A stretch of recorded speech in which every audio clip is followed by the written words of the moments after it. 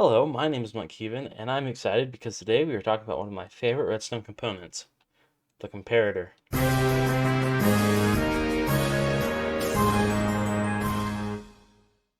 The comparator is crafted by placing a piece of quartz in the middle of a crafting table, 3 redstone torches, like so, and 3 pieces of stone across the bottom. Similar to a repeater, a comparator has a front and a back side, which is indicated by this little arrow on top of it. Additionally, it has 2 miniature redstone torches in the back and 1 miniature redstone torch in the front. The comparator outputs a signal through the front, but can receive signals from the sides and the back. The side can be powered by a piece of redstone dust, a redstone block, a repeater, or another comparator, while the back can be powered by anything such as a lever, redstone torch, or pressure plate. Now a comparator has 1 tick of redstone delay, so if I turn this on, you'll notice they take a moment to turn on one after another, and that is because of this tick of redstone delay. A comparator has 4 functions, the first of which is to maintain signal strength.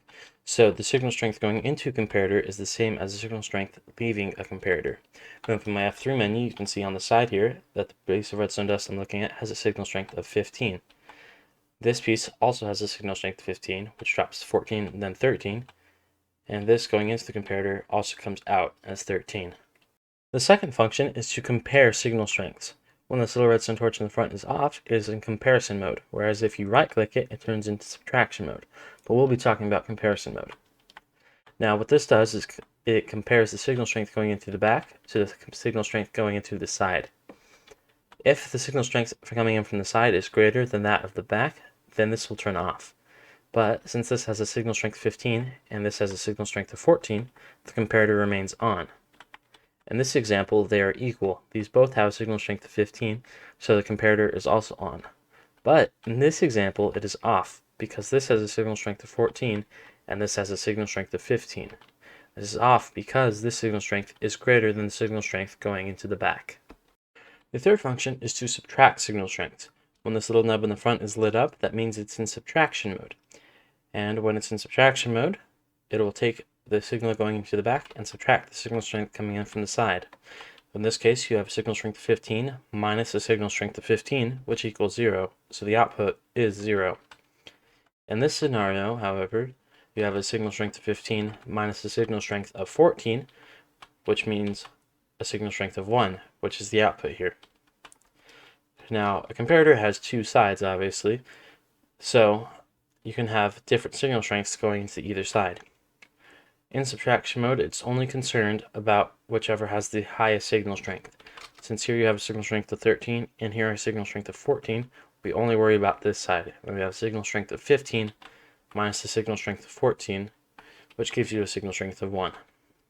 The fourth and final function of a comparator is to measure the state of a block.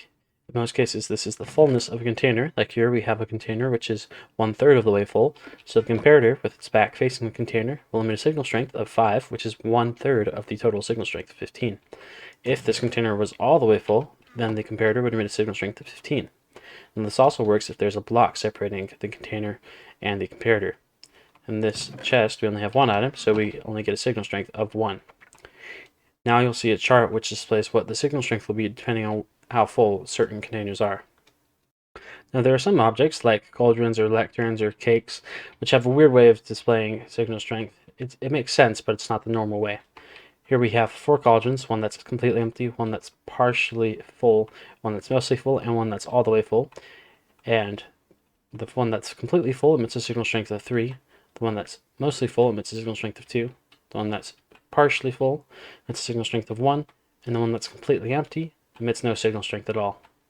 So if you want to learn more about the different blocks and what signal strengths they will emit, you can look that up on the website, which will be linked in the description. Well, thank you for watching. I hope you enjoyed. And if you want to learn more about comparators, I have linked them in the description. Other than that, have a wonderful day.